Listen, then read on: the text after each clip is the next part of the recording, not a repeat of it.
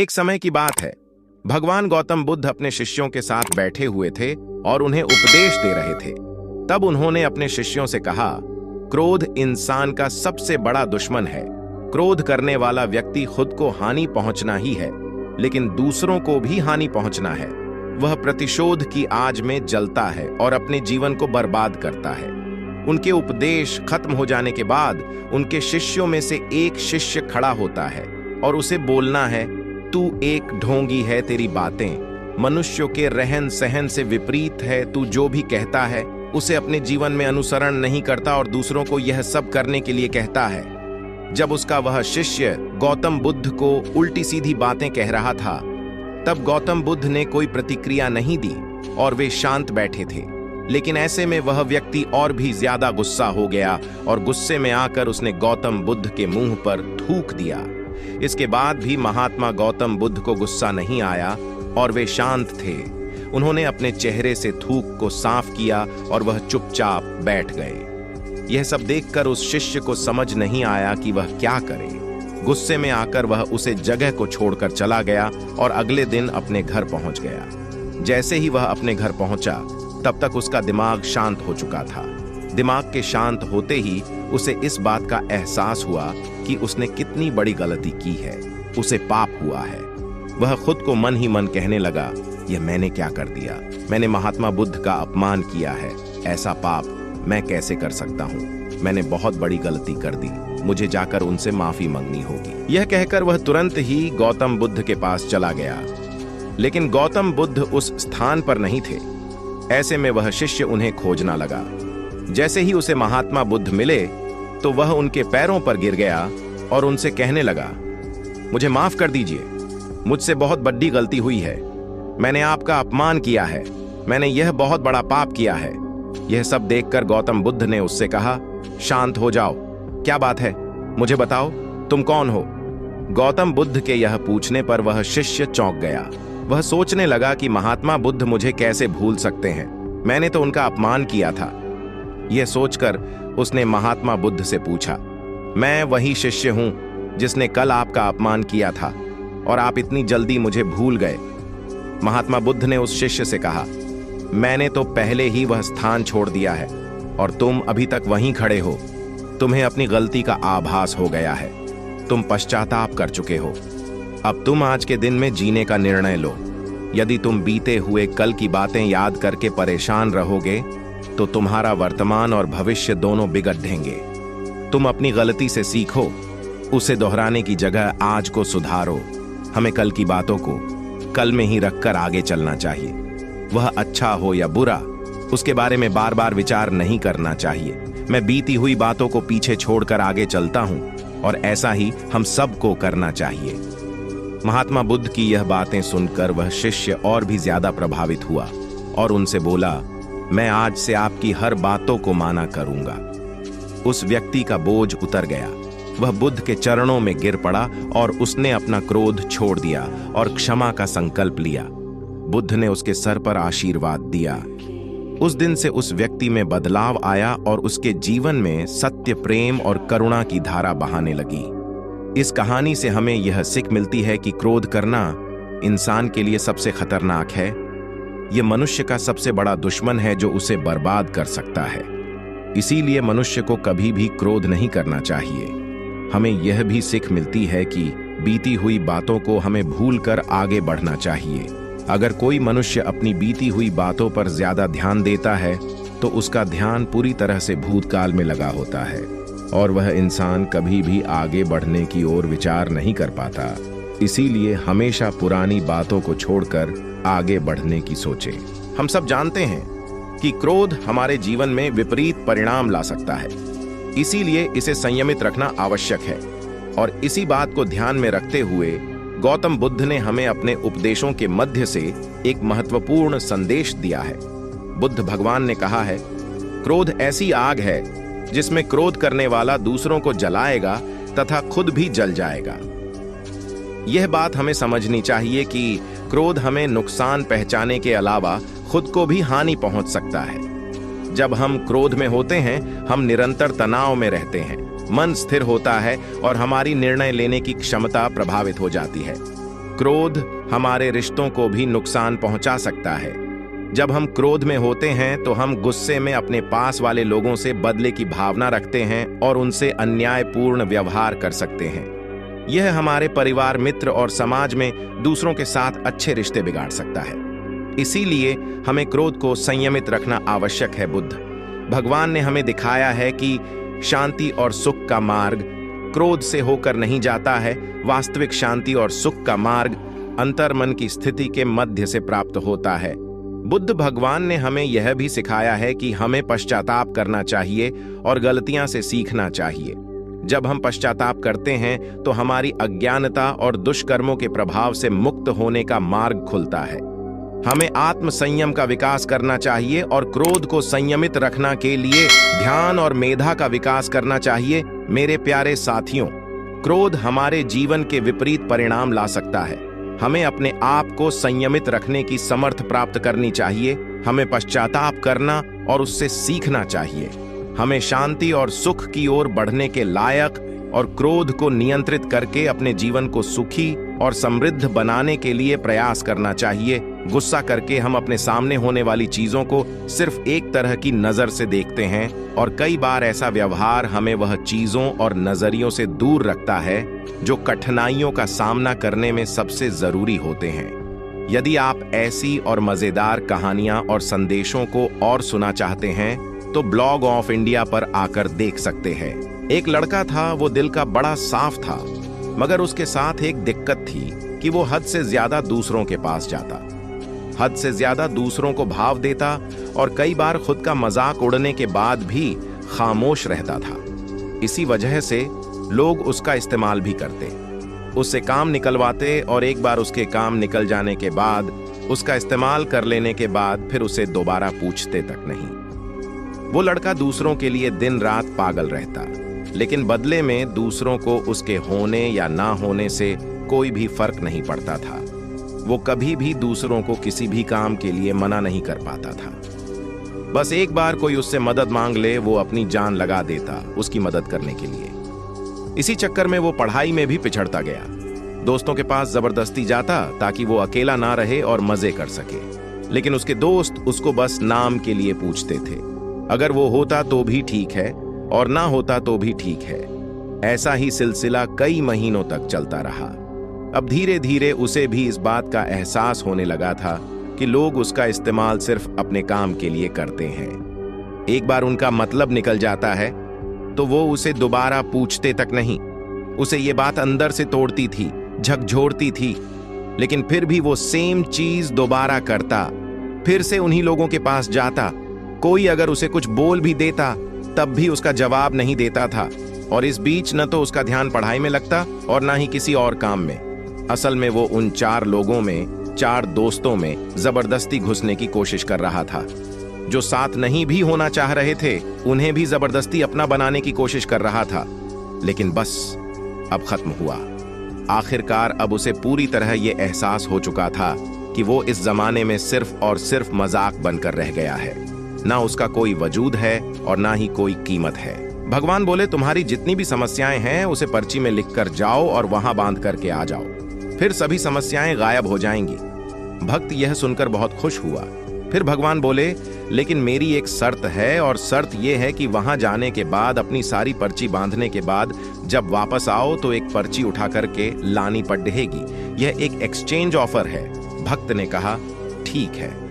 भक्त ने अपनी सारी समस्याओं का पर्ची बनाया और उस पेड्डी पर बांध दिया। अब उसे इस बात की खुशी थी कि सारी समस्याएं खत्म हो जाएंगी, जीवन में सब अच्छा होगा। जब वापस आने लगा तो उसे याद आया कि एक पर्ची उठा करके लानी थी। वह सोच रहा था कि कौन सी पर्ची उठाए। उसने सबसे छोटी पर्ची ढूंढी, लेकिन जैसे ही उसे लेकर चला उसे लगा कहीं इसके अंदर कोई गंभीर बीमारी ना हो और मेरी जान ना चली जाए। उसने उस पर्ची को वापस छोड़ दिया और फिर दूसरी पर्ची उठाई। फिर उसने सोचा कि कहीं इसके अंदर ये ना लिखा हो कि किसी अपने का मौत होने वाली हो। उसने डर के मारे उसे भी छोड़ दिया। तीसरी पर्ची उठाया तो उसे डर लगा कि इसमें कहीं ऐसा ना लिखा हो कि मेरे करीबी को कोई बड़ी बीमारी ना हो जाए और पूरे जीवन परेशान रहे। फिर उसने उस पर्ची को भी छोड़ दिया। वह परेशान हो गया और बोला, भगवान, ये कौन सा ऑफर है? मुझे मेरी पर्ची वापस दे दो। मैं लेकर जाता हूँ और प्रॉब्लम्स को हैंडल करना सीखूंगा, उससे लड़े देना सीखूंगा। मुझे आपका ये एक्सचेंज ऑफर नहीं चाहिए। भगवान मुस्कुराए और बोले, मैं तुम्हें यही बात तो समझाना चाहता था। देरी से सही तुम्हें समझ में आ गया। जीवन में समस्याएं आएंगी, चुनौतियां आएंगी, लेकिन सवाल ये है कि क्या आप उनसे लड़ने के लिए तैयार हैं? समस्याओं से घबराना बंद कीजिए। जीवन में हर पल में मुस्कुराना शुरू कीजिए। एक समय की बात है, नगर में रहने वाला कबीर नाम का एक लड़का अपनी जिंदगी से बहुत निराश था। उसकी निराशा का कारण यह था कि वह अब तक कुछ भी नहीं कर रहा था। उसके माँ बाप उसे ताने मारते कि तेरे सारे मित्र कुछ ना कुछ कर रहे हैं, लेकिन तू अभी भी घर में ही बैठा हुआ है। मित्रों के बीच भी अक्सर उसका मजाक ही बनता। वह कहीं जाता तो लोग उससे पूछते कि क्या कर रहे हो। उसे यह बताने में बड़ी ही शर्म आती कि अभी वह कुछ भी नहीं कर रहा। धीरे धीरे उसने रिश्तेदारों के यहाँ जाना और लोगों से मिलना जुलना कम कर दिया। वह ज्यादातर समय अपने घर में ही बैठा रहता।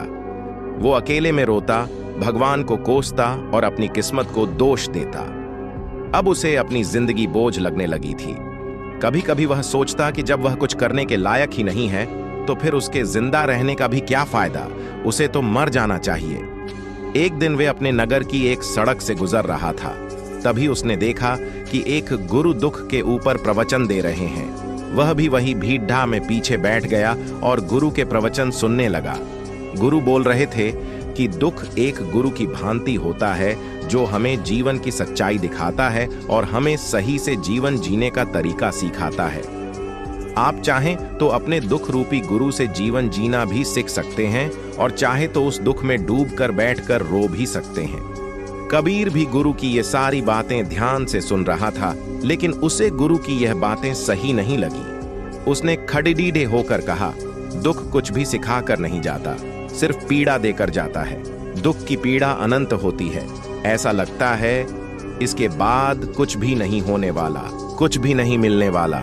मृत्यु भी उसके सामने छोटी लगने लगती है। गुरु ने कहा, आखिर क्या दुख है तुम्हें? कबीर ने अपना सारा दुख गुरु के समक्ष कह सुनाया और पूछा, क्या आपके पास मेरे इस दुख का कोई समाधान है? यह सुन गुरु मुस्कुराए और बोले, जिस दिन तुम्हारे जीवन में सच्चा दुख आए उस दिन मेरे पास आना, मैं तुम्हारे दुख का समाधान अवश्य करूंगा। इतना कहकर गुरु वहां से चले गए। कबीर ने सोचा, क्या मेरा दुख सच्चा नहीं है? क्या जिसमें से गुजर रहा हूं वो छोटा है? कोई भी मेरे दुख को नहीं समझ सकता। जब माँ बाप नहीं समझ पाए तो गुरु क्या समझेंगे? अपने दुखों से परेशान होकर कबीर ने एक निर्णय लिया कि अब वह कुछ करके दिखाएगा। उसने एक छोटा सा व्यापार शुरू किया, लेकिन उसमें उसे सफलता नहीं मिल रही थी। पर उसके घर वाले खुश थे कि वह कुछ तो प्रयास कर रहा है। वह अपने व्यापार में जुटा रहा और उसे धीरे धीरे सफलता भी मिलने लगी। फिर उसने रफ्तार पकड़ डी ली और सिर्फ 3 साल के अंदर ही वह एक बड़ा व्यापारी बन गया। अब कबीर के चारों तरफ ऐसे बहुत से लोग थे जो उसकी चिंता करते थे, उसे पसंद करते थे, उसके काम की प्रशंसा करते थे। अब उसके घर वाले भी उसकी प्रशंसा करते नहीं थकते थे। दिन प्रतिदिन उसके मित्रों की संख्या बढ़ती जा रही थी। अब वो अपनी जिंदगी से बहुत ही खुश था। उसके कुछ मित्रों ने उसे सलाह दी कि जब तुम बड़े व्यापारी बनकर इतने खुश हो तो सोचो कि अगर तुम इस नगर के, इस राज्य के सबसे बड़े व्यापारी बन जाओ तो तुम्हारे पास कितना सुख होगा, कितने लोग तुमसे जुड़ना चाहेंगे, तुम्हारा कितना यश फैलेगा। स्वयं राजा भी तुमसे मित्रता करना चाहेंगे और जरूरत पड़ने पर तुमसे ही धन उधार लेंगे। मित्रों की यह बात कबीर के मन में घर कर गई। अब उसने और भी धन कमाने का प्रयास शुरू कर दिया, लेकिन उसे ये सब कुछ बहुत ही जल्दी चाहिए था। वह सब कुछ प्राप्त करने में अपना ज्यादा समय बर्बाद नहीं करना चाहता था। इसीलिए उसने ऐसे भी कार्य करने शुरू कर दिए जो उचित नहीं थे। उसने बड़ी मात्रा में अपने मित्रों से धन उधार लेना शुरू कर दिया। ज्यादा मुनाफा कमाने के लालच में अपने सामान में मिलावट करने लगा। उसने दूसरे व्यापारियों के खिलाफ षड्यंत्र भी रचे, उन्हें डराया धमकाया। जैसा जैसा उसके मित्र उससे कहते गए वही करता गया। वह इन तरीकों से ज्यादा धन तो कमा रहा था, लेकिन अब उसके जीवन में सुकून नहीं रह गया था। उसके मन की शांति गायब हो गई थी। उसे रातों में नींद नहीं आती थी। सुख साधन की सारी वस्तुएं होने के बाद भी उसे किसी में सुख नहीं मिल रहा था। एक दिन कबीर अपनी बग्घी में सवार होकर कहीं जा रहा था। तभी रास्ते में उसे गुरु का आश्रम दिखा। वह रुक गया। वह गुरु के पास जाकर बोला, गुरुदेव, आपने कहा था कि जब तुम्हारे जीवन में सच्चा दुख आए तब मेरे पास आना।